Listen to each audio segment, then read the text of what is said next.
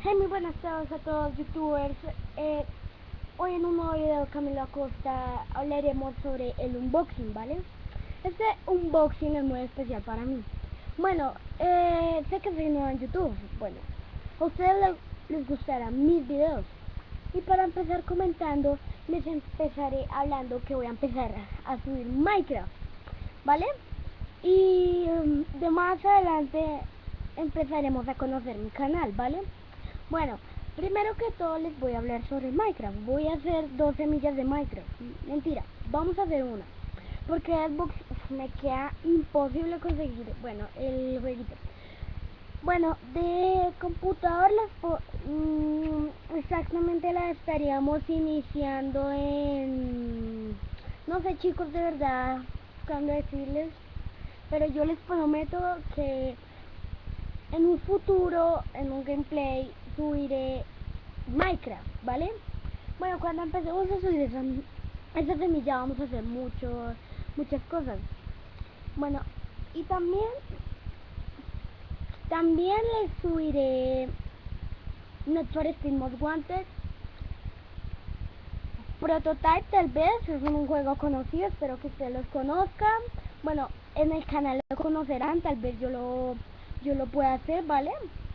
También tenemos el Sniper, que es uno muy conocido, también. También tenemos el... o también tenemos el, ¿cómo se llama ese juego? PES 13. Bueno, si ustedes podemos jugar una partida online y nos conectamos y jugamos PES 13, ¿vale? Bueno, esos son los principales juegos de Xbox. También me quedan más. Halo 4. Halo 4 también es uno de los muy grandes conocidos que salió hace poquito. Bueno, muchachos, este unboxing ha sido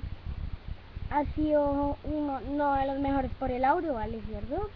Pero, como les digo en un video anterior, iremos mejorando, ¿no? Bueno, entonces, cuando empiece a subir Minecraft,